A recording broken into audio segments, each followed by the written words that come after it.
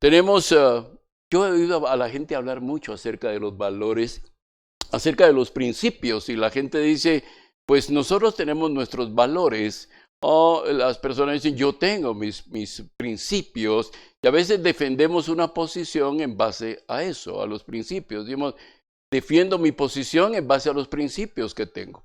Hemos hablado acerca de los principios espirituales precisamente y pues los valores. Yo les decía, en alguna oportunidad hablamos desde ese púlpito acerca de los valores y les decía, ¿cómo define usted si su hogar, su matrimonio o su familia está construida consistentemente en los valores y unos valores que sean sólidos? Y les decía, hagan el diseño con un lápiz, tome un lápiz y una hoja de papel y haga un diseño de lo que para usted es una casa o para lo que usted sería su casa y haga ese marco de lo que es su casa. Y cuando usted termina de hacer ese marco, dice, esta es mi casa o esa es la casa que yo siempre hago cuando voy a dar alguna plática o voy a estar conversando con alguien. Y les decía, ese marco de la casa son los valores de su familia. Porque todo lo demás va a ser construido, va a ser, todas las estructuras que lleve, van a ser los valores que usted tiene en su vida personal y los valores que le está transmitiendo a su familia. ¿Amén? Yo quiero hablar acerca de algo que no son valores, no son principios, sino que sostiene los valores y sostiene los principios en la vida de una persona. Y quiero que vayan conmigo al libro de los Hechos. En el capítulo 4 del libro de los Hechos, usted va a encontrar una declaración que los discípulos hicieron allí después de haber sido azotados.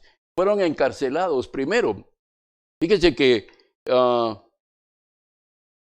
acaban de agarrar a un deportista ahí y lo tienen preso por haber hecho algo malo. Definitivamente, pues cometió una inmoralidad con una niña, con una joven, no una niña, no los quiero confundir, una joven. Y está preso, y no importa cuánto dinero tenga, que tan popular sea en los deportes, la justicia tiene que ejecutarse. Los discípulos estuvieron presos por predicar el Evangelio de Cristo. Fueron perseguidos por predicar a Cristo. Fueron encarcelados por sostener su fe en Jesucristo, en esta persona que era tan perseguida por el Sanedrín a tal grado que lo llevaron a la cruz del Calvario para el cumplimiento del plan de Dios. No fue una victoria para ellos, fue una derrota para Satanás y fue una derrota para los religiosos de ese tiempo. Y en este pasaje de Hechos, en el capítulo 4 y verso 19 y 20, quiero leer del 19 al 20 juntamente con ustedes, dice, pero respondiendo Pedro y Juan les dijeron, estaban hablando con todos estos oficiales del Sanedrín que los habían encarcelado y les habían dado látigo. O sea, y ellos dicen, juzguen ustedes, y esta es una confrontación con nuestra propia vida en esta época que vivimos, si es justo delante de Dios obedecerle a ustedes antes que a Dios. Porque nosotros no podemos dejar de decir lo que hemos visto y oído. Amén. Ahora, si yo le pregunto a usted, ¿qué vio el año pasado? ¿Cómo se manifestó Dios en su vida el año pasado? ¿Cómo se ha manifestado Dios en su vida en estos primeros días y en estas primeras semanas del año 2023? ¿Ha habido alguna manifestación de Dios, algunos actos de Dios? ¿Han habido algunas maravillas de Dios en su vida? Porque fíjense que ellos dicen, no podemos. Cuando ellos dicen no podemos, tenemos que tomar una palabra del léxico español y eso es convicción. Amén. Dígale a su vecino ahí, convicción. Amén, no convicto, ¿verdad? No le va a decir convicto porque va a querer que lo va a meter preso. Pero convicción. Y de esto es de lo que quiero hablar hoy. De la convicción del creyente. Amén. Muy a menudo nosotros nos encontramos, y esto lo digo a nivel ministerial, a nivel pastoral también, pero seguramente a ustedes les ha sucedido también, muy a menudo encontramos cristianos faltos de carácter. Planean una cosa, hablan de una cosa, prometen una cosa, se comprometen con alguna cosa y al final no cumplen. En general, en la iglesia en general estoy hablando. Hacen las cosas a medias. ¿Ha visto personas que hacen las cosas a medias? No sé si usted se siente cómodo con una persona que hace las cosas a medias. Yo no. Y seguramente muchos de ustedes tampoco. Y los que trabajamos en el ministerio, creo que y los que son empresarios seguramente o están en posiciones gerenciales, ejecutivas o directoras, saben lo que es lidiar con una persona que hace las cosas a medias. Y pues es difícil ver esta parte. Hay personas que le huyen a la responsabilidad, no solo dentro de su propia familia, a veces dentro de la empresa, inventándose cosas, pero primordialmente, y para el caso que nos ocupa, la iglesia. Huyen a la responsabilidad de la iglesia y tal vez lo hacen a nivel general. En su vida en general, tal vez esta es su modus vivendi, por decirlo de una forma. Ahora, convicción. ¿Qué es la convicción? Fíjese bien. El diccionario dice que convicción es una creencia firme. Ahora, cuando yo le digo a usted firme, ¿usted en qué piensa? Yo le digo firme, ¿en qué piensa usted? Algunos pensarán en un soldado, algunos pensarán en uno de estos militares que están ahí en las puertas de la Guardia de Honor, algunos pensarán allá en el Palacio de Buckingham, esos soldados que no se mueven, pero ni porque les hagan cualquier payasada ahí, ellos se mueven. Algunos estarán pensando en un árbol. La Biblia, cuando habla de firmeza y de longevidad, habla de los cedros del Líbano. Los cedros del Líbano viven más de 150 años. Por eso es que el Señor nos compara con cedros del Líbano a nosotros, por nuestra vida eterna. Amén. Ahora, convicción es estar convencido de algo. Convencido de algo. Y a partir de la convicción, nosotros empezamos a construir con valores y con principios en nuestra vida, en nuestra familia y dentro de la iglesia también. Ahora, las convicciones espirituales, que es lo que para el caso nos ocupa, esas son principios. Las convicciones son principios que tienen una raíz profunda. ¿Usted sabe por qué las palmeras, cuando hay esos vientos, solo se doblan y no se quiebran? ¿Ha visto que las palmeras, verdad? Escuintla es la ciudad de las palmeras, dice la canción aquella, ¿verdad? Y ha visto algunos árboles que se rompen. Nos contaba el hermano Fester allá en el Manzanillo que durante estas lluvias que pasaron en el año pasado, se rompieron 3 árboles. Uno por poco cae sobre la casa, sobre las oficinas, pero se rompieron. O sea, dice que 2 árboles fueron arrancados desde su raíz por el tipo de árbol que son, ¿verdad? Porque sus raíces van a lo largo. La palmera tiene, y otros árboles tienen la característica que, bueno, usted lo ve en el caso de los pinos. El pino generalmente va hacia abajo, la raíz, pero el ciprés no. Se ve el ciprés y el ciprés se extiende así. Es más fácil que se caiga un ciprés que se caiga un pino. Pero la palmera tiene esa característica. Vienen las tormentas, vienen las tempestades y la palmera se mueve para un lugar, pero usted ve que la palmera poco a poco empieza a regresar a su lugar. La palmera tiene una característica y por eso hablo de las convicciones y comparo la palmera. Fíjese que la palmera, según los expertos, va con sus raíces en forma vertical hacia abajo hasta que encuentra roca. Porque usted sabe que la tierra está formada de diferentes capas, de algunas son arena. Bueno, el arquitecto aquí nos puede contar de eso también, ¿verdad? Va en diferentes capas. Pero la palmera sigue hasta que encuentra roca. Y cuando encuentra roca, las raíces empiezan a enredar, a enrollar en la roca. Por eso es que la palmera usted ve que se hace para acá y no, y ahí se mantiene firme. Puede ser que alguna se termine rompiendo, eso ya será por otro tipo de cosas. Ahora, ¿cuáles son los principios y cuál es la convicción espiritual del creyente? Fíjese que nosotros estamos viviendo, nunca antes en la historia de la iglesia, nunca en la historia de la iglesia ha habido tanta apostasía como hay ahora. En general, usted dirá, no, pero fue la pandemia, lo que haya sido. Pero lo que mostró es que el corazón de muchos cristianos no estaba firme en el Señor. ¿Me comprende? O sea, no es que si fue la pandemia y cuánto duró la pandemia, y es que algunos se enfriaron, algunos perdieron el interés, algunos ya no quisieron, algunos se acomodaron. No importa. Pero hubo algo que mostró que las convicciones espirituales no estaban bien en el corazón de muchos. ¿Sí? El problema no es qué pasa. El Señor lo dijo muy claramente. En el mundo tendréis aflicción, pero confiad porque yo he vencido al mundo. Esta leve tribulación que ahora vivimos no es nada comparado con la gloria venidera. ¿Ven? El Señor nos dijo que no íbamos a pasar situaciones difíciles.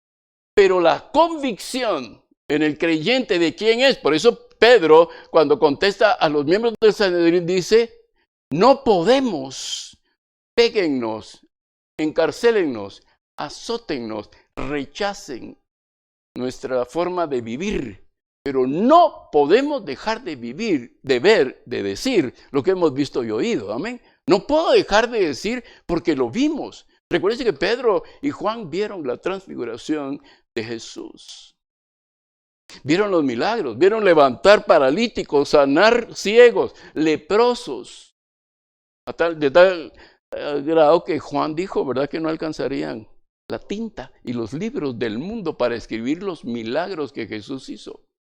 Y a veces nosotros luchamos por un milagro. Señor, un milagro. Dios es suficiente para hacernos 1,000 milagros.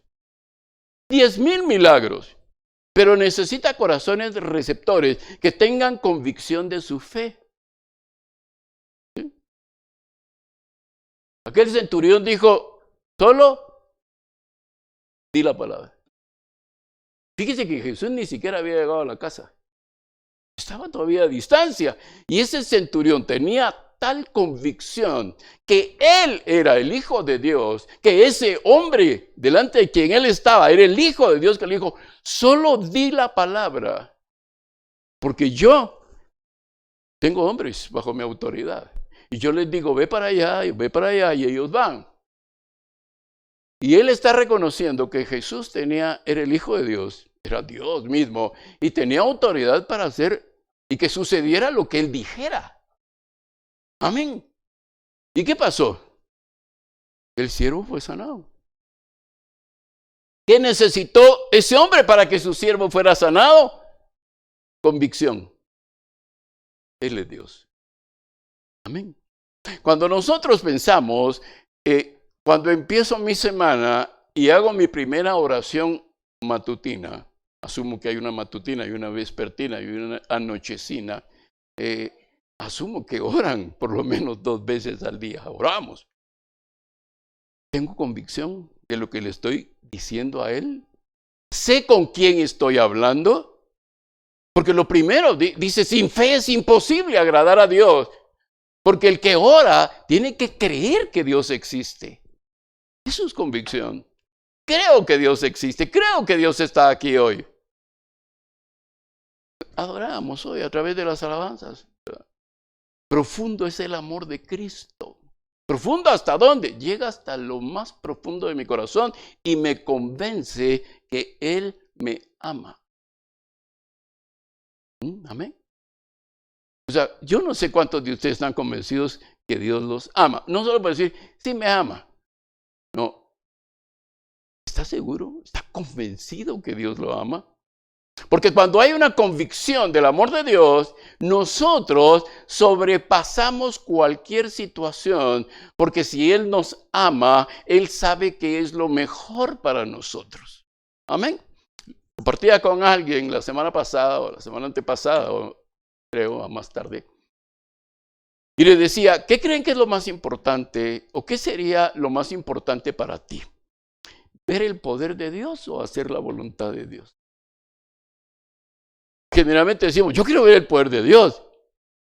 Y el poder de Dios se puede manifestar, aunque yo no quiera hacer su voluntad. Por eso él les decía, ustedes piden señales. Y no les va a dar más señal que la de Jonás.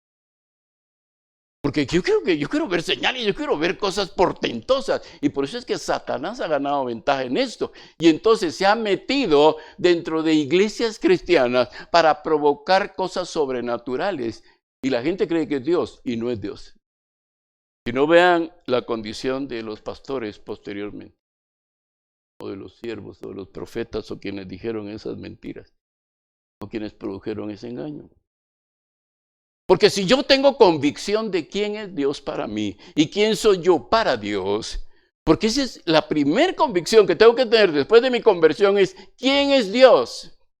Y luego, ¿quién soy yo para Dios? ¿Quién es Dios para mí? Según yo, ¿quién es Dios? ¿Un mandadero? ¿Alguien que debe estar a la orden de nosotros para satisfacer nuestros deseos carnales, la codicia de nuestros ojos? ¿O alguien a quien reverenciamos, adoramos? ¿Alguien a quien buscamos obedecerle? Amén. Algunos papás han hecho que sus hijos les obedezcan con una instrucción amorosa, aunque ha habido también disciplina. Algunos padres hacen que sus hijos les obedezcan por temor, no por respeto, porque funcionan a través del autoritarismo y entonces golpean a sus hijos, amenazan a sus hijos, echan a sus hijos de la casa. Eso es autoritarismo. Amén.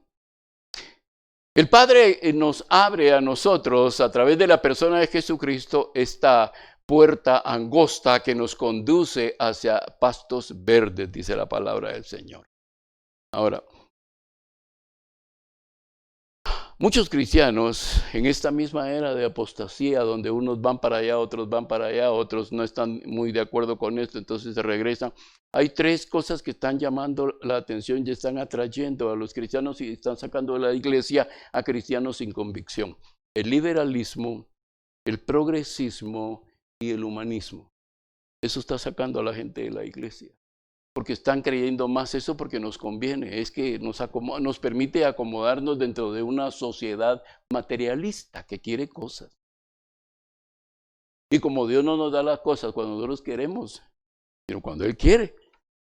No es del que quiere, ni del que corre, sino del que Dios tiene misericordia. Amén. Y esa es la parte de la convicción. Yo sé que Él me ama. No me está yendo bien, pero sé que Él me ama. No me tiene que ir bien para saber que Dios me ama. No tengo que estar rebosante de bienes y de posesiones para saber que Dios me ama. Amén. Para saber que Él está conmigo. Él lo dijo, ¿verdad? El Señor tu Dios estará contigo todos los días.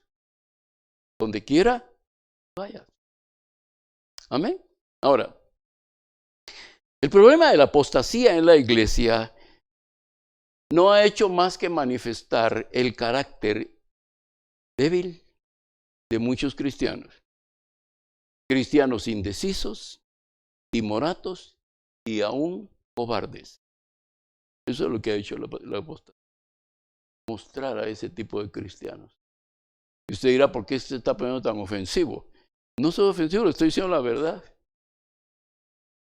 Bueno, Juan les llamó hipócritas. Jesús también les llamó víboras. A Juan les llamó, ¿verdad que Juan dijo que eran víboras?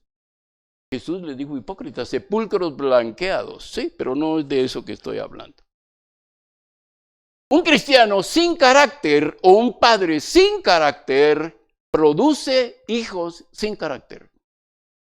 Por favor, no piense que usted... Mire, por eso es que a veces cuando hay un padre sin carácter en una familia, lo que hace es mandar a sus hijos al colegio o a la escuela pensando que ahí les van a hacer carácter. O los manda a la iglesia para que en la iglesia le hagan carácter. Fórmeme al patojo. Mire que este es rebelde, pastor. Hable con él. El problema, y lo hemos compartido en algunos de los estudios de matrimonios, las enseñanzas de matrimonios, fíjese bien, la escuela y el colegio están para formar a sus hijos académicamente, no moralmente. Moralmente los tiene que formar usted en la casa. Es lo que la Biblia dice. Si no, lea el libro de Proverbios y va a ver. Ahora, tenemos unas buenas noticias, por supuesto. No es que sea el indeciso, el timorato, el inseguro, el cobarde, dice la palabra del Señor. Porque es lo que la palabra del Señor dice. Cuando Pablo le escribe a Timoteo, ¿qué le dice? No nos ha dado Dios espíritu de cobardía. Dios no nos dio un espíritu de cobardía, nos dio un espíritu de poder, amor y de dominio propio. De poder para manifestar a las huestes espirituales que nosotros tenemos toda la armadura de Dios. Amén. Que podemos hollar serpientes y escorpiones y sobre toda fuerza del enemigo. Amor para que nosotros amemos al prójimo. Envolvamos en el amor, en la aceptación, en la aprobación y en la tolerancia, con sus límites, la tolerancia al prójimo. Amén. Y dominio propio para que nosotros no rebasemos los límites que Dios nos ha impuesto como hijos de Él. Amén. Ahora, quiero hablarles acerca de hombres y mujeres que encontramos en la Biblia, que fueron hombres y mujeres de convicción. Que ante las situaciones, miren que no atravesaron situaciones muy miel sobre hojuelas ustedes. Atravesaron situaciones de mucha adversidad, en donde su vida aún estuvo en peligro. Pero de estos hombres y de estas mujeres quiero hablarles hoy. Y ustedes ven ahí en el libro de Josué, en ese capítulo 24, vamos a ese libro de Josué porque quiero que lo vean con sus propios ojos. Amén. Libro de Josué, capítulo 24. Y ahí vamos a leer en ese famosísimo versículo 15. Ustedes cuando ven esto dicen, ya sé de qué va a leer el pastor. Y fíjense lo que dice ahí. Esta es la convicción de Josué en cuanto a él y su familia. Porque un hombre con convicción debe de saber dirigir a su familia, instruir a su familia, enseñar a su familia y darles esa... Miren, es que a veces no es solo a lazo y cebo. Tenemos que saber dirigir. Un buen líder, un buen padre de familia, un buen esposo, sabe dirigir a su familia. Josué era uno de ellos. Josué era un hombre de convicciones, porque cuando él habla en esto dice, escoged hoy, le está diciendo a todo el pueblo, ya están en la tierra prometida, escoged hoy a quien habéis de servir. Fíjense que les está hablando de una acción, de una actitud de ellos de servirle a Dios. No de verlo de lejos, de servirle. Dice, si a los dioses que sirvieron vuestros padres, amén, pues tuvieron padres que adoraban dioses ajenos. Miren, en mi casa está llena de cuadros. Yo me conozco a varios de los santos. Ya sé por qué ponen a San Antonio de cabeza. ¿Verdad? Dice, yo no busco novio, nadie me interesa. Dice el palo, palo, palo, ¿verdad usted? Pero fíjense que dice, vuestros padres sirvieron a esos dioses. Ahora ustedes tienen que decir a quién van a servir. Si a esos dioses que tienen ojos pero no ven, oídos pero no oyen, manos pero no palpan, o van a ser al Dios de los amorreos igual. Pero recuerden que los amorreos, una de las costumbres que tenían los amorreos es que tenían sacerdotisas, que eran prostitutas en los templos. Por eso les pregunta a los dioses de sus padres o a los de los amorreos en inmoralidades. Amén. O dice, pero yo. Él está convencido que su esposa, su hijo primogénito, su segunda hija, el tercer hijo y todos los hijos que Josué tuvo, lo iban a seguir a él. Hasta allí debe llegar la influencia espiritual de un hombre y de una mujer, cabeza de hogar, que tiene convicciones. Que en seguir al Señor, vamos a ir a la iglesia y le siguen. Vamos a orar juntos y le siguen. Era lo que Josué hacía. Por eso él tuvo la certeza, él tenía la convicción. Dice, pero yo en mi casa serviremos al Señor. Ahora, Josué no estaba hablando de ese momentito. Josué está hablando de la vida de sus hijos. Cuando él se muriera, sus hijos le iban a seguir sirviendo al Señor. Y la Biblia da testimonio de cómo los hijos de Josué, en las genealogías, ustedes lo ven, sirvieron al Señor.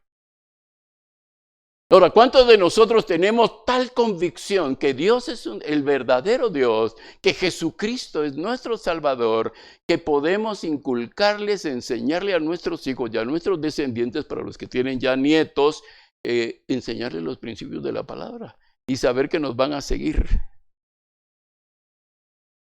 Saber que el domingo no van a llegar, mamá, vámonos a desayunar a San Lucas y ahí nos vamos, porque saben que tú vas a venir a la iglesia primero. ¿Sí? Eso es tener convicción. Muchas cosas más, pero esta es una de ellas. ¿Verdad? Es un terror que el domingo juegue el Real Madrid y el Barcelona. Es terror para las iglesias. ¿Verdad?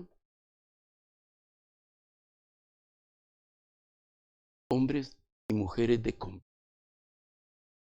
Yo y mi casa serviremos. ¿Por qué? Porque Él es vida. Porque Él es Dios eterno. Amén. Fíjese lo que Él dice. Un líder que sabe conducir a su familia. Yo y mi casa. ¿Oramos? ¿Oramos en la casa? Nuestros hijos saben que oramos antes de comer. Y algunos después de comer, ¿verdad? También oran. Hay personas que oran al terminar de comer y dicen, bueno, oremos ahora para que nos vaya bien cuando nos levantemos de estas sillas. Pero hay otro que a veces Sansón, que es el otro personaje del que quiero hablar, ustedes recordarán que cuando ustedes ven la vida de Sansón, ven que Sansón fue levantado como juez en Israel. Él es parte del libro de los jueces, ahí encuentran a Sansón. A Sansón casi siempre lo identificamos como el hombre que anduvo con Dalila y que era mujeriego, ¿verdad? Algo así. Juan Charrasqueaba era el que es de borracho, parrandero y jugador, ¿verdad? Bueno, pues bien, Sansón fue llamado a ser un juez. Todos los jueces de Israel trajeron tiempos de paz a Israel. Sansón no. Sansón me mantenía en pleitos. O sea que Sansón no cumplió su llamado. Ahora, mire lo que Sansón hace al final, pues. Ya le sacaron los ojos, está preso, lo meten al palacio de los filisteos y él piensa, y Sansón tiene aquí una convicción, porque ora al Señor, no dice, bueno, Dios me abandonó, ¿para qué le voy a orar? Pero sin embargo, mire lo que Sansón dice, ahí en ese libro de Jueces, capítulo 16 y verso 30. A último momento de su vida, Sansón cumplió su llamado. ¿Verdad que sí?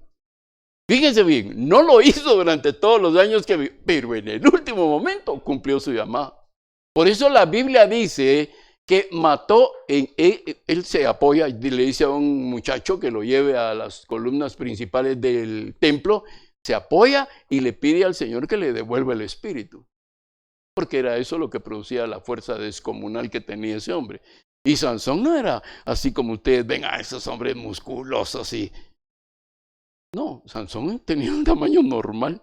¿Cómo se glorificaba en un hombre y en una mujer normal? Débora era una mujer normal. No crean que era como esas luchadoras de la WWE no sé qué. No, Débora era una mujer tranquila, hasta tranquila era. Y dice que Sansón se apoya y le pide al Señor y dice él, muera yo con los filisteos. Y mató más filisteos ese día de todos los que él había matado en su vida. Y mató muchos. ¿Se acuerdan que agarró una quija de burro, ¿va? Y mató 1000 filisteos. Y así siguió matando. Pero dice que esa vez cumplió, en el último momento cumplió. Pero miren que Sansón tenía una convicción, que Dios estaba con él.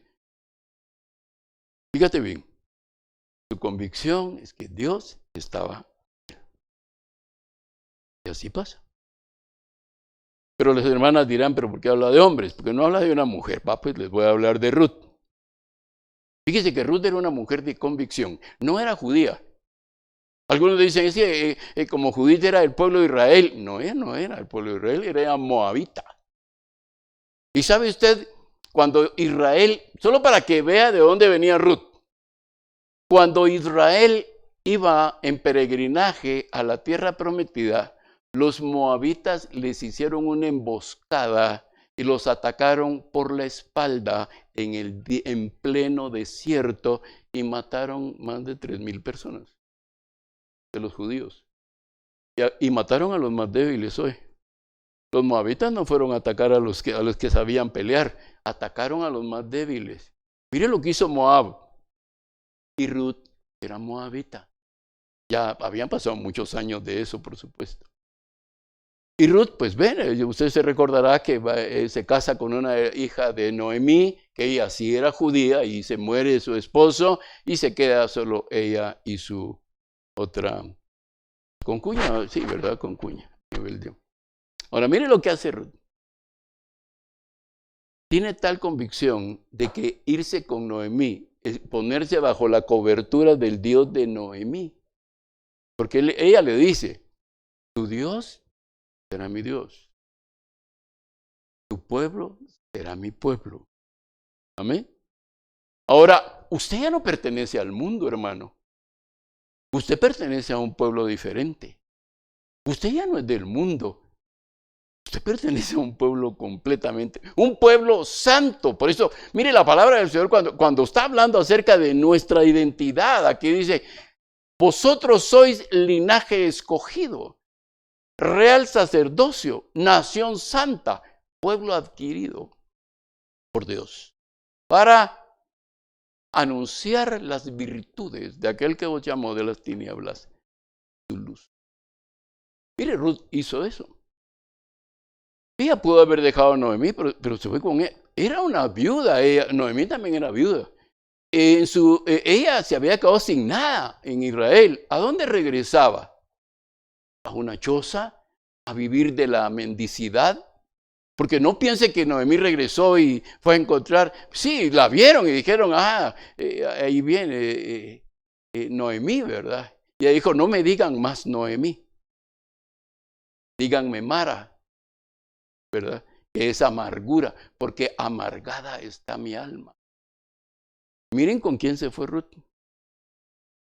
¿A usted le gusta? Sí, hombre, ¿usted le gustaría andar con una mujer o con un hombre amargado? ¿Ha visto hombres amargados? Son negativos, y cuando su negatividad no les alcanza, se inventan cosas peores. Y así son las mujeres amargadas. Y esta Ruth decide irse con ella. Pero ¿sabe cuál fue la mejor decisión que Ruth hizo? Adoptar a Dios como su Dios. Y ella tenía toda la costumbre pagana. Y oiga lo que dice ahí en ese capítulo 1 de Ruth, verso 17. Ella le dice a Noemí, así haga el Señor conmigo. Se está exponiendo a una maldición. Se está exponiendo a un castigo. Se está exponiendo a perder la vida, porque ella tenía el concepto de que los dioses castigaban. ¿Sí? Entonces, así haga el Señor conmigo, Jehová de los ejércitos, el Dios eterno, el Altísimo. Dice, y aún peor, o sea, peor de lo que yo estoy pensando, si algo, excepto la muerte, nos separa.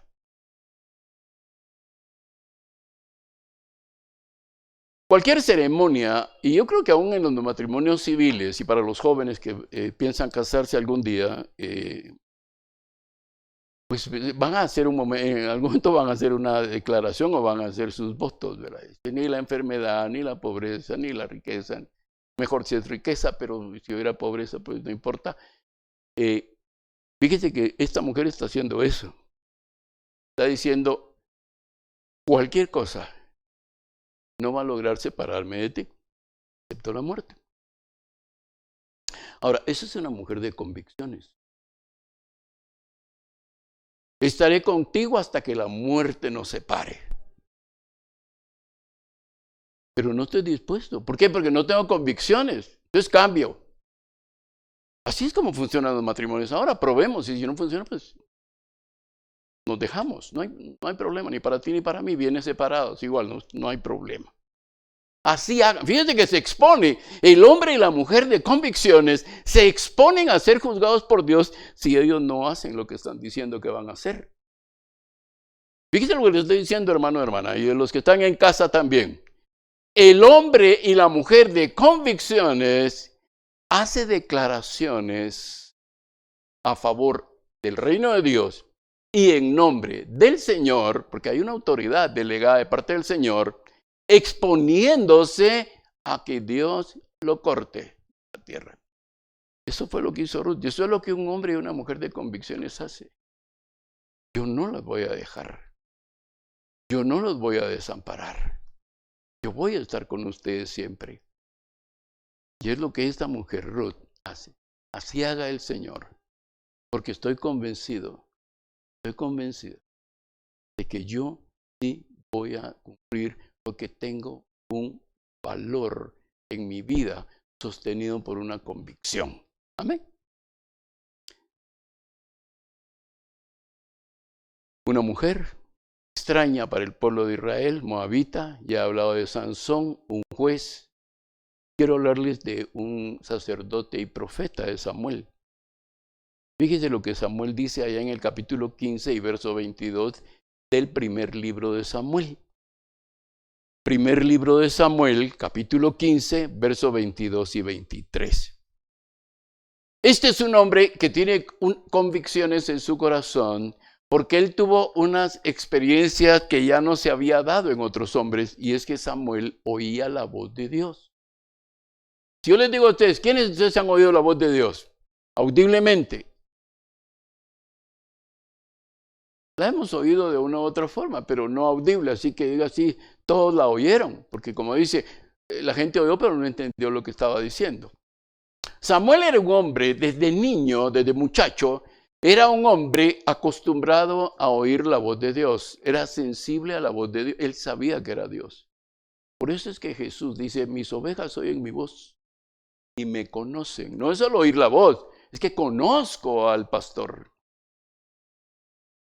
Samuel conocía cuando era Dios el que le estaba hablando, porque desde muchacho, desde pequeño, él oyó la voz de Dios. Y él dice allí en ese capítulo 15, versos 22 y 23, y Samuel dijo, ¿se complace el Señor tanto en los holocaustos y sacrificios como en la obediencia a la voz del Señor? Primero tengo que conocer que es la voz de Dios, luego entender lo que me está diciendo y luego obedecer la voz del Señor. ¿Sí?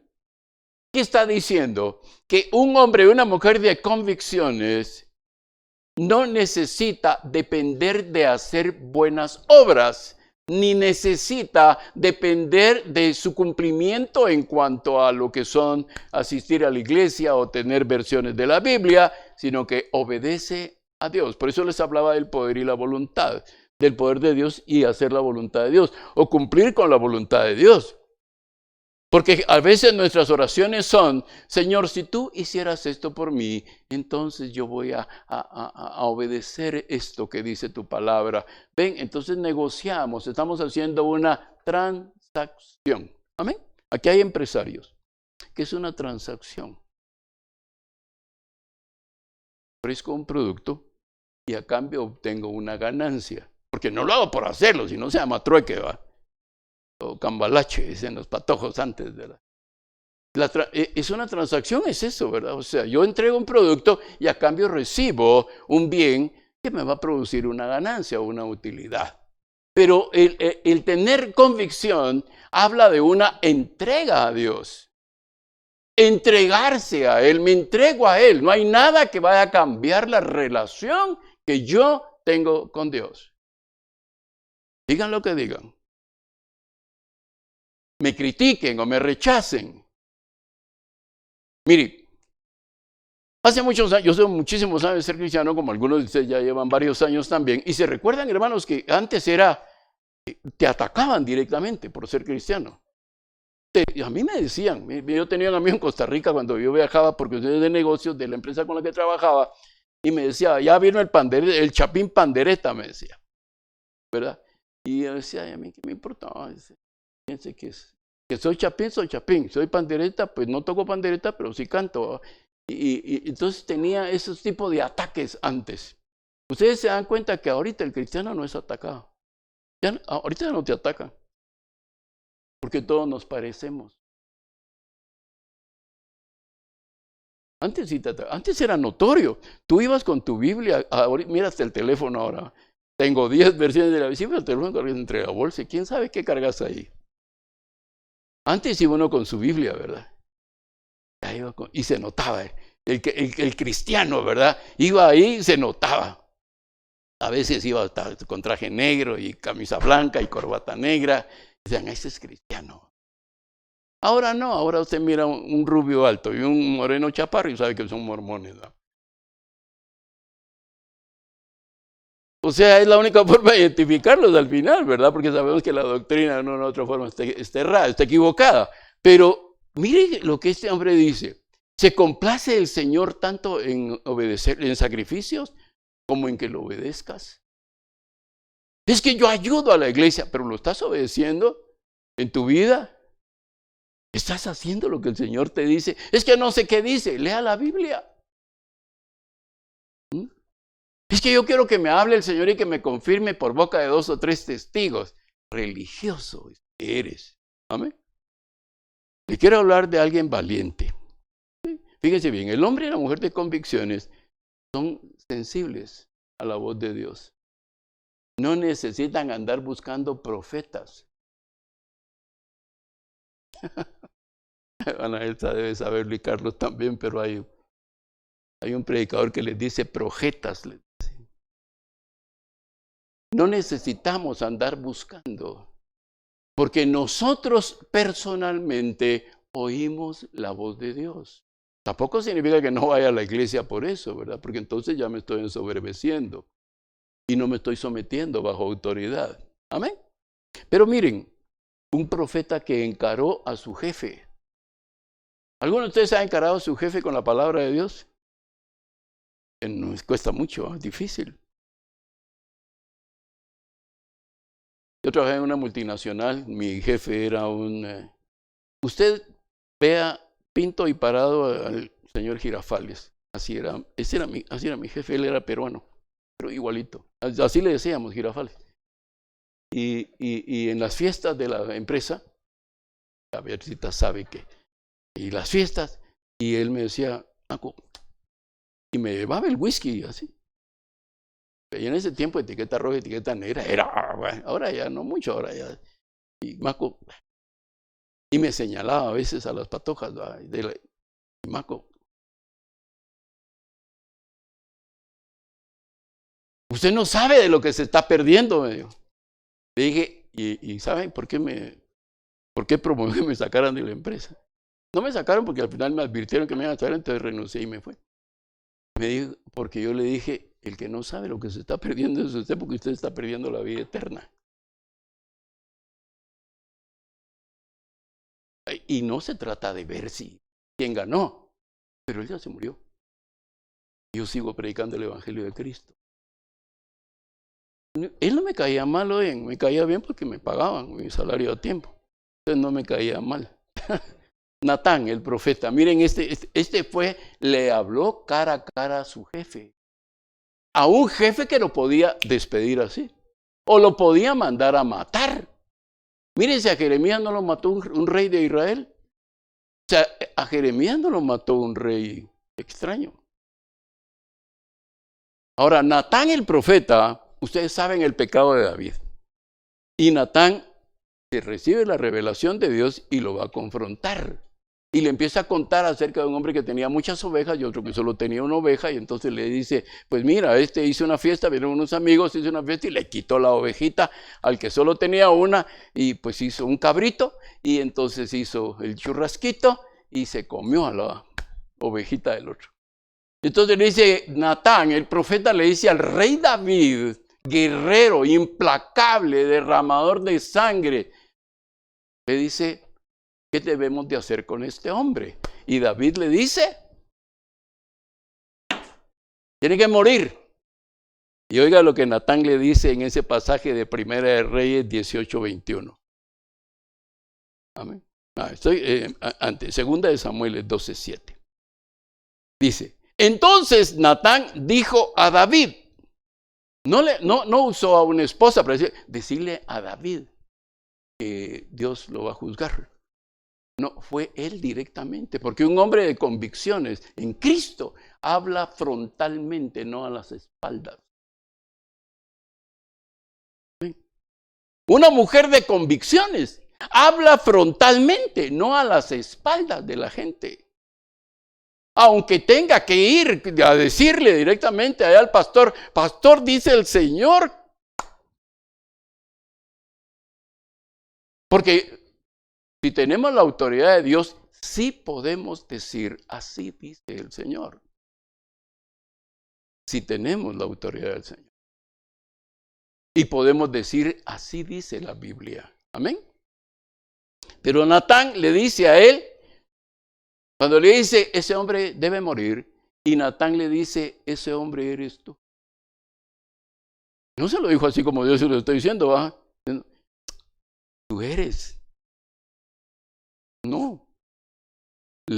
Es que Natán era como Juan el Bautista a ustedes, y le dijo, ese hombre eres tú. Y David cae en humillación en ese momento. Ya saben, ustedes lean el Salmo 51 y ahí está. Ahora, ¿qué tenía este Natán?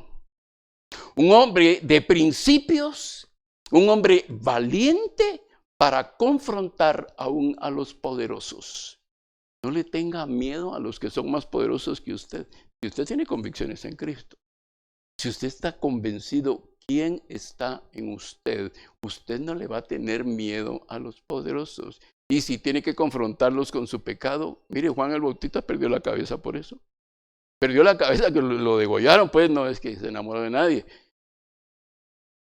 ¿Por qué? Porque le dijo a Herodes, tienes a la mujer de tu hermano Felipe era, ¿verdad? Y no te conviene. Estás en adulterio con la mujer de tu hermano.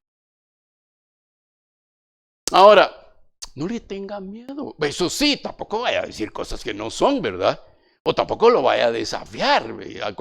No, usted no tiene que ir a desafiar a un poderoso. Pero si Dios le revela que esa persona anda en pecado y anda en iniquidades y que esa persona está conduciendo su matrimonio, su familia a la muerte, vaya y en el poder y la autoridad del Señor, confróntelo. Somos luz del mundo. ¿La luz es confrontativa o no? Si usted enciende una luz, ¿usted confronta la oscuridad o no? Porque le muestra a la gente que hay oscuridad.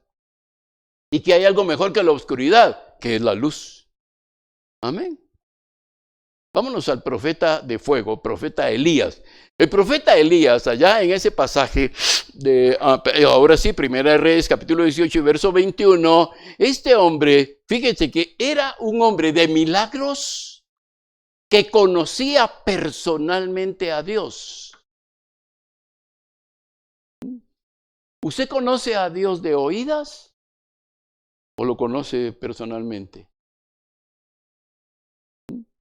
Job, ¿verdad que dijo? En el capítulo 42 dice, de oídas te había oído, pero ahora mis ojos te ven. Ahora sé, eres todopoderoso, misericordioso, eterno, sabio.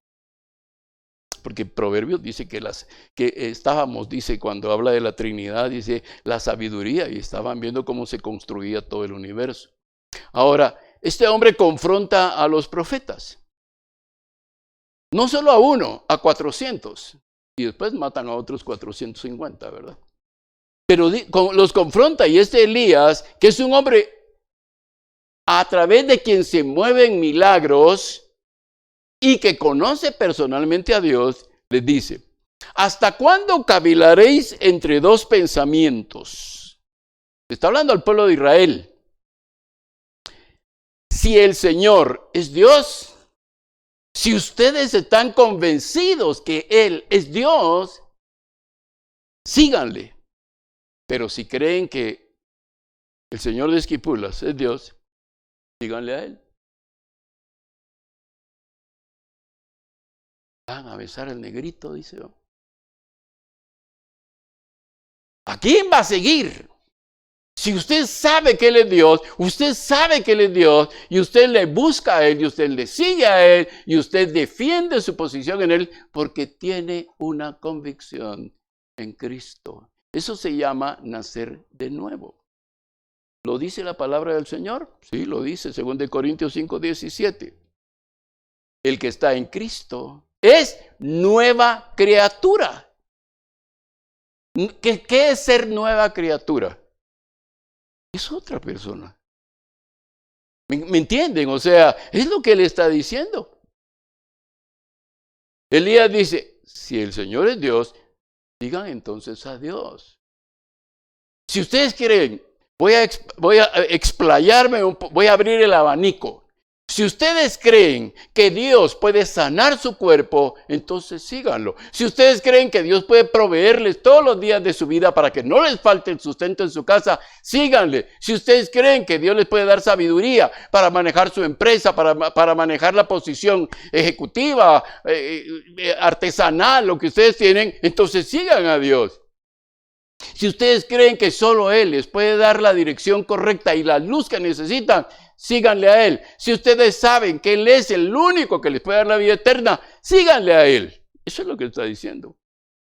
Y si no, pues sigan a otros a ver cómo les va.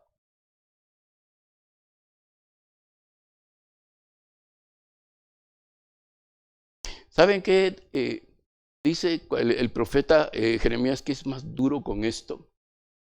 Cuando amonesta al pueblo de Israel, le dice, por cuanto ustedes consultaron al impío, es de consultar a Dios. Yo no los oiré. Porque ustedes consultaron al impío antes de consultarme a mí. Es más, ni siquiera me consultaron. Porque no estoy convencido quién es Dios. Si sé quién es Dios, mi oración en la mañana es a Él. Si sé quién es Dios, en la noche, antes de dormirme, algunos dicen, Dios es tan lindo que yo me acuesto y yo oro cuando me acuesto. Físicamente estoy ahí, horizontal en la cama, y Dios es tan chulo que le empiezo a hablar y me duerme así. Perdóneme, pero Dios no es un anestésico. Oye. Y Dios tampoco va a decir, cloroformo es lo que le ponen en la nariz a que se duerma. No, es usted antes de acostarse, doble sus rodillas en algún lugar y hable con Él. No se acueste para que lo duerma, man. No va a hacer que despierte en los brazos de alguien más. Allá en la eternidad, por supuesto. Muy bien, veamos a otra chica, Esther, hermosa, bella, la arreglaron 6 meses en mirra y todo para que le salieran todas las impurezas del cuerpo. Esa era la función de meterlas en mirra y en otro tipo de especies. Y entonces le limpiaban, le abrían los poros, todo eso que hacen ahora en los spa y esos salones y todo, que le hacen a Esther así le hicieron en el palacio y después la metieron en especies aromáticas. ¿Se imagina esa mujer cuando caminaba usted? Venía por el comedor y usted, ahí viene Esther, ¿verdad? Usted se sentía el aroma del cuerpo de ella. Pero miren pues, esta mujer tiene que tomar una decisión. Es judía y se casó con el rey asirio por decreto de Dios para salvar al pueblo de Israel. Ella era la que iba a salvar. Ahora, si ella entraba al patio principal del rey, donde el rey estaba ciertos días de la semana porque emitía juicios. No crean que estaba en el patio principal dándose un sauna. En el patio principal el rey estaba allí cada día de la semana que él iba a emitir juicios sobre el pueblo. Y Esther sabe que si entra al patio principal del rey y no ha sido llamada, el rey la puede mandar a matar, aunque sea su esposa. Pero ella está decidida a entrar porque sabe que es la única forma de salvar al pueblo de Israel. ¿Qué hace usted? ¿Qué hace para salvar a los que tiene que salvar? Usted sabe que los tiene que salvar. Amén. Si yo le digo, ¿qué tan seguro está usted que su generación le va a seguir? La semana pasada les hablaba acerca de eso, ¿verdad? Les decía, miren hermanos, la palabra del Señor nos habla claramente que el pueblo dice que los padres conocieron a Dios, los hijos conocieron las obras de Dios y los nietos ni conocieron a Dios ni conocieron las obras de Dios. ¿Qué seguro está usted que sus hijos van a salvarse? con convicciones usted lo va a lograr. Porque sus hijos lo van a seguir cuando lo vean a usted convencido. Seguro. Lo ven caminando con Cristo. Amén. Y en ese momento, cuando ella va a ir ya, le dice, Mardoqueo, por supuesto, el tío está tratando de persuadirle, y algunos otros cristianos dentro del palacio la tratan de persuadir, porque saben que la puede matar el rey. Y ella dice, si perezco, que perezca. Ella no está diciendo, miren, si me matan, por favor, me entierran en el cementerio de los Parques, o en el cementerio de las Flores, me ponen una caja de cedro con no sé qué, y ahí me meten mis chunches en la tumba, en el féretro. Ella no está diciendo eso. Ella dice, si el rey me mata, que me mate, pero yo le voy a decir, si eso significa, si eso implica que yo salga del pueblo de Israel, estoy dispuesta a morir. Es lo que está diciendo. Parafraseando, es, si para que el pueblo se salve, yo tengo que morir, yo voy a morir. ¿Qué tenía? Una convicción que ella iba respaldada por Dios. Habían hecho 3 días de ayuno. O sea, ella oyó a Dios también. Amén. Para los jóvenes, Daniel, el profeta Daniel, era joven, un jovencito.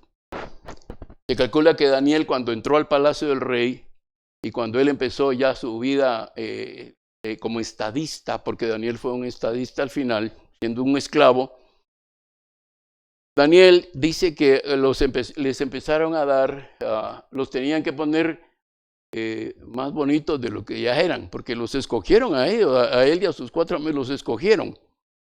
Y los empezaron a alimentar, dice que les iban a dar de la comida del rey, del vino del rey. Y Daniel dice que se propuso, dice en ese capítulo 1 y verso 8, Daniel, fíjese bien, ¿qué tenía Daniel? Así como esta mujer y estos hombres de los que hemos hablado tenían ese conocimiento, sujeción, obediencia a Dios, Daniel tenía lo que tanto luchan la psicología moderna, y es darle identidad a las personas. Daniel tenía su identidad muy definida, pero un hombre con una identidad bien definida, a pesar que lo castraron, porque a él y a sus amigos los volvieron eunucos. Pero mire, pues aunque los han castrado, Daniel no perdió su identidad. Y cuando les van a dar la comida al rey, que de plano, si ustedes le van a pasar un plato de frijoles con arroz, y viene el rey y le dice, mira, aquí hay lomito y puyazo, y aquí hay unos panes con ajo y unas papas con brócoli y quesito. Y ¿usted qué escoge? Usted deja el plato de frijoles y dice, no, le agradezco, gracias, porque esto es mi identidad, eso como todos los días, pero esto no. Pero dice que Daniel, fíjate bien lo que hace, Daniel capítulo 1, verso 8. Se propuso Daniel en su corazón no contaminarse. Eso es para los jóvenes. Que allá afuera les ofrecen muchas cosas. Nosotros entendemos el problema que los jóvenes están teniendo. Y debemos de orar por ellos porque son fuertes los problemas que están. Miren, en la época nuestra, ¿cuáles eran los grandes problemas para nosotros? Las discotecas no estaban abiertas a todo el público, o sea, solo entraban. Entonces uno ahí, mire, yo una vez, la única vez que entré al salón de cristal en el parque, eso fue porque me colé y dije otra cosa que no era. Pero yo entraba al salón 6, allá por la Aurora, ahí sí dejaban entrar, pero el salón de cristal era otra cosa. El Club Guatemala, una vez me colé también así, pero diciendo mentiras. Ahora no, desde que pusieron el Salón Guatemala en la Avenida Bolívar, ahora entran todos. Pero mire pues, hermano, ese hombre tenía joven con convicción en quién era Dios. Dice, se propuso no contaminarse. Ahora es lo que los jóvenes están sujetos ahora, a contaminarse con cualquier cosa. El mundo les ofrece muchas veces, no, pero si todos lo hacen. Sí, pero yo no. Amén. Termino con Jesucristo. Estoy a tiempo, todavía tengo 2 horas. Voy a hablar un poquito de los apóstoles. Ese pasaje que vimos ahí fíjense bien, hombres a quienes les quemaba la palabra del Señor. Les quemaba por dentro la palabra del Señor. ¿Eso qué significa? Que tenían que decirla. Tenían que hablar de eso. Hombres que tenían una pasión por las almas. Miraban a un alma perdida y sufrían. ¿Usted ve a un alma perdida y sufre? ¿O dice usted, pobre esto, que se vaya del infierno? ¿O usted se duele y sufre y dice, no, tengo que orar, voy a clamar por esas personas que no tienen a Cristo en su corazón? ¿Por qué? Porque mire, hermano, no se trata de que no vayan a la iglesia, ese no es el punto. El punto es que no van a ir al cielo tampoco. No porque no van a la iglesia, sino porque no han nacido de nuevo. Ahora, estos apóstoles tenían eso, tenían una pasión por las almas. Por eso, mire que les dieron, los encarcelaron, les pegaron, los mataron. Usted sabe que mataron a Juan. Juan, cuando regresó de la isla de Patmos, ya siendo un anciano, lo descuartizaron ahí en Éfeso. A Pedro lo crucificaron de cabeza. A Pablo lo guillotinaron en Roma por predicar Cristo. Mire cuántos mártires fueron a los estadios coliseos romanos. Ahora, ¿qué hacían? Mire, lo que usted ve en las películas no es que exagerado, o sea, no, así era. Ellos los llevaban ahí por cientos y ellos sabían que en algún momento las jaulas de los leones se iban a abrir. Ellos sabían que no había paso atrás, no había retorno. Si entraban allí a la arena del Coliseo, ellos sabían que en algún momento iban a soltar a los leones. Entonces se abrazaban y empezaban a orar y a invocar el nombre de Cristo, no para que lo salvara, sino para que recibiera su alma como un sacrificio, como una ofrenda agradable a Él. Y así murieron miles. Mire a Nerón. Nerón usó a cristianos como antorchas en su palacio. Los subió, los crucificó en palos, los amarraban, los clavaban en un palo, en un poste, como esos de la luz, pero pequeño. Los amarraban y les prendían fuego. Y así Nerón mató a muchos. Dice que todo su palacio fue alumbrado con los cuerpos de los cristianos. Se quemó. ¿Sabe por qué? Porque esos cristianos, hombres y mujeres, tenían convicción de quién eran ellos en el Señor. Y a veces nosotros por una gripe estamos llorando. No los estoy molestando, por favor, de ninguna manera. Digo nosotros, por eso no dije usted, digo nosotros también. Amén. Ahora, Pablo. A veces solo vemos a Pablo, no vemos a Saulo, no vemos de dónde salió este hombre. Pero cuando vemos a Pablo, allá en Filipenses capítulo 1, verso 21, Pablo hace una declaración tremenda. Pablo dice, porque para mí el vivir es Cristo. Ya no es Pablo, es Cristo el que vive en mí. Yo muestro a Cristo, donde quiera muestro a Cristo. Por donde voy, muestro la fragancia de Cristo. Yo no sé a cuántos de ustedes en algún momento, dentro de las interrelaciones que ustedes tienen, alguien le dice, usted es cristiano, ¿verdad? Y usted no le ha dicho nada. Dice, usted es cristiano, ¿verdad? Es que usted tiene algo. Mire, vino una persona aquí a consejería el viernes y me dijo, ¿qué paz se siente en este lugar? Y él va a otra iglesia cristiana. ¿Qué paz se siente en este lugar? Qué rico se siente aquí. Ahora, ¿qué es? El olor de Cristo, la fragancia de Cristo, porque es su casa terrenal. Amén. Fíjese bien. Y Pablo dice, morir es ganancia. Para nosotros morir es un dolor, ¿o no? ¿Verdad? Todo lo que se nos ha muerto a alguien muy amado, nos duele. ¿Verdad? Nos duele. Pero Pablo dice, para mí el morir es ganancia. Ahora, yo no sé qué hacer. Yo quiero estar con Cristo, pero ¿qué hago con ustedes? Tengo que seguir predicando el Evangelio. Un hombre de convicciones. Yo vivo en Cristo. Cristo vive en mí. Y lo dice más adelante, ¿verdad? Lo que ahora vivo en la fe. Lo vivo en la carne, perdónenme, lo vivo en la fe del Hijo de Dios.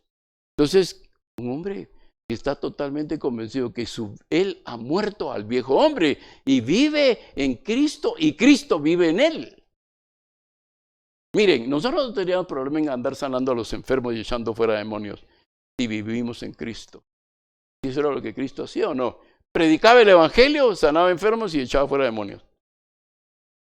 Él no dice que andaba en un spa, dándose su masaje. Dice, él andaba predicando el evangelio, sanando a los enfermos y echando fuera demonios. Ahora, si nosotros vivimos mire que Pablo lo hacía. Pablo, hay una chica ahí que le va gritando, Brujilda, dice Beatriz, y Pablo se voltea y reprende al demonio, y el demonio sale. ¿Por qué? Porque Pablo vivía en Cristo y Cristo vivía en Pablo. ¿Por qué aquellos discípulos estaban luchando con aquel endemoniado y no podían? ¿Verdad? Y Jesús les dice, este espíritu solo sale con oración y ayuno. ¿Sí? Ahora, él les dice, ¿cómo les dice Jesús a hombres de poca fe? Porque, miren, nosotros tenemos la autoridad. Recibiréis poder cuando haya venido sobre vosotros el Espíritu Santo, ¿verdad? Y van a ser testigos por todos lados. Pero para ser testigos también debemos de manifestar las obras del Señor. Pablo manifestaba eso. Miren que en el libro de los Hechos usted lee que aún les llevaban paños. Y dice que los enfermos sanaban solo. Ellos ponían las manos sobre las camisetas, las calcetas, las blusas, las t-shirts, las gorras. Y el enfermo sanaba. Ellos ponían sus manos. Porque ellos vivían en Cristo y Cristo vivía en ellos. Es lo que el Señor nos llama a hacer. Muy bien, cierro esta prédica, esta enseñanza.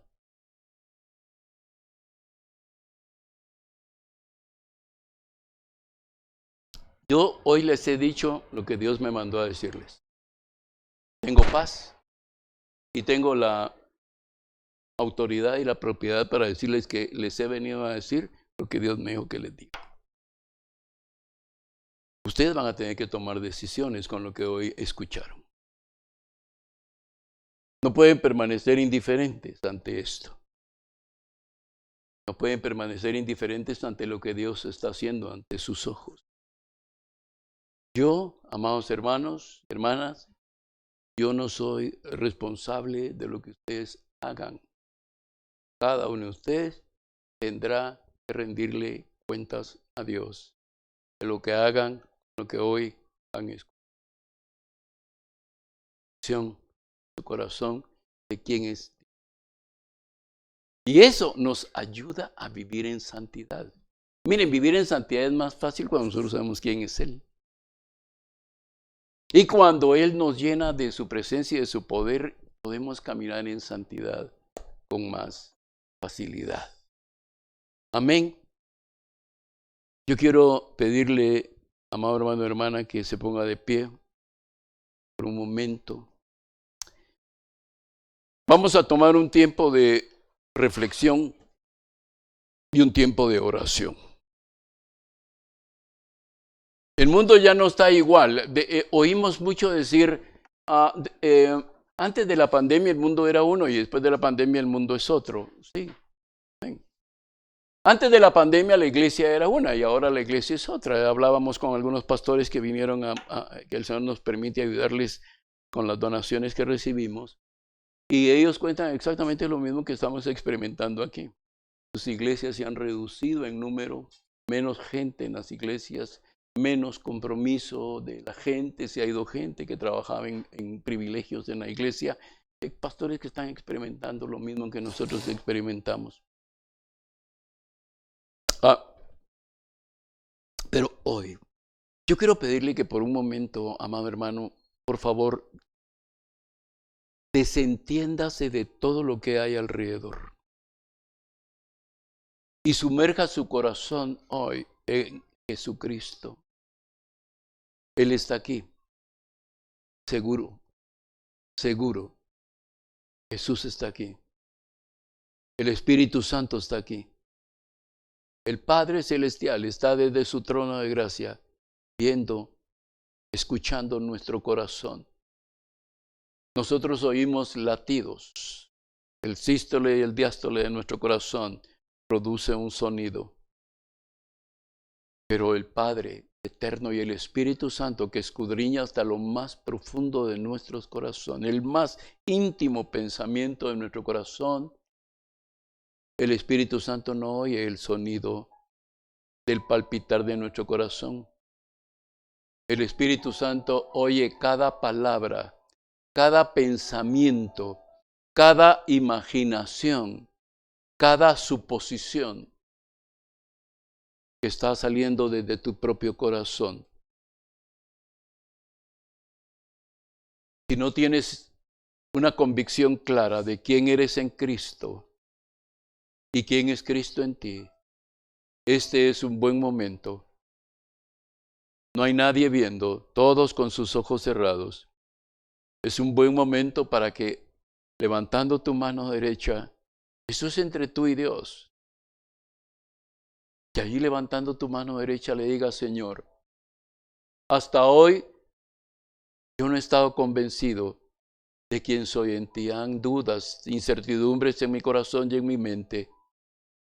Pero hoy quiero abrirte de par en par mi corazón para que tú seas el único Señor en mi vida. Hoy, Señor, levantando mi mano, confieso, reconozco, Señor, públicamente ante los testigos celestiales, ángeles, arcángeles, serafines y querubines, reconozco mi debilidad, reconozco ser una persona vulnerable, pero sobre todo, Señor, reconozco ser un necesitado, una necesitada de ti, Señor. Ya no quiero caminar con incertidumbre en la vida. Al salir de este lugar, Señor, yo aquí con mi corazón dispuesto a obedecerte, Señor. Y si perezco, que perezca. Pero moriré por ti, Señor. Primero moriré a mí mismo, a los deseos de mi carne, a la codicia de mis ojos, a los deseos del mundo. Primero moriré a mí, Señor. Ya no me importa la reputación, el prestigio, aunque tengo que mantener, Señor, esos puntos de responsabilidad, de valores y de principios en mi vida sustentados en las convicciones que tengo, Señor. Sé que tengo que enfrentarme al mundo, a un mundo perverso, a un mundo malvado, a un mundo, Señor, a un sistema del mundo, Señor, que va a tratar de seducirme hacia el pecado, hacia la maldad, hacia la iniquidad, Señor. Te pido que tu Espíritu Santo hoy me selle para ti. Estoy dispuesto, Señor. Aquí está mi vida, Padre. Sé que nadie tiene comprado, Señor, el futuro. Sé que nadie puede garantizarse a sí mismo el futuro. Ni hay ser humano sobre la tierra que pueda a mí garantizarme mi futuro. Pero tú, Señor, mi vida está escondida en ti a partir de hoy. Quiero ser una persona de convicciones, Señor. Aunque en algunos momentos camine en contra de la corriente del mundo, Señor, yo me mantendré firme. Los jóvenes, Señor, que hoy su compromiso sea no contaminarse con las cosas del mundo, con los placeres que el mundo les ofrece, Señor. No contaminarse, Señor, con aquellas cosas que pueden meter su alma en las más profundas oscuridades, Señor, del pecado. Ayuda a estos jóvenes, Señor. Sabemos la lucha que están manteniendo. Sabemos, Señor, las tentaciones, Señor, tan fuertes que vienen a sus vidas. Por favor, ayuda a estos jóvenes. Ayuda a estos hombres, a estas jovencitas, Señor. Dales vigor, fuerza, convicción, seguridad en ti, Señor, para saber que tú, Señor, los tienes grabados en la palma de tu mano, Señor. Padre de gloria, Dios de misericordia, te ruego hoy, Señor, por estos hombres cabezas de hogar, Si en algún momento han habido dudas, incertidumbres o complacencia, Señor, ayúdales para que esta misma mañana, este mediodía, ellos, Señor, determinen convertirse en hombres. Que las mujeres, Señor, que manejan sus hogares, dale a estas mujeres esa convicción, Señor, que tú no las dejarás, no las desampararás, que tú, Señor, las levantarás en medio, Señor, del día de angustia, que tú levantarás su cabeza delante de sus enemigos, Señor, que tú las justificarás,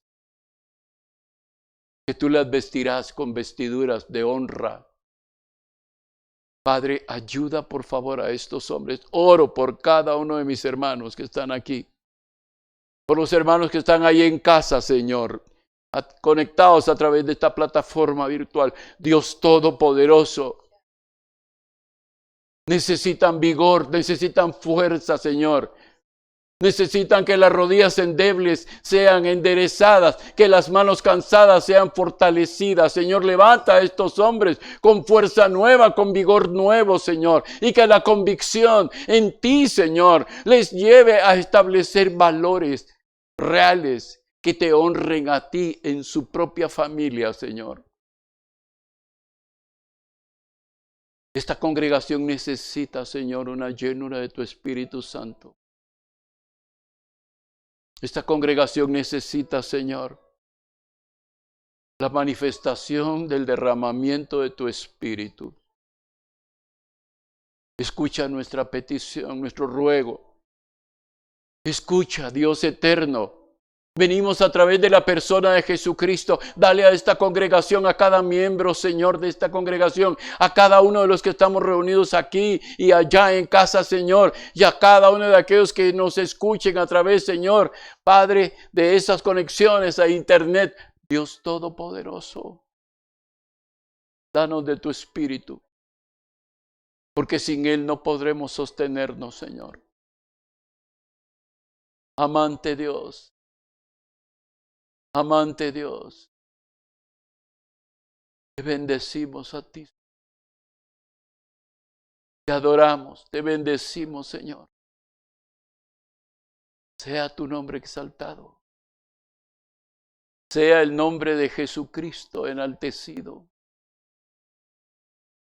Que en todo, en nuestra mañana, en nuestra tarde y en nuestra noche, en nuestro trabajo, en nuestra empresa, en el colegio, en la universidad, en todo, Jesucristo sea glorificado.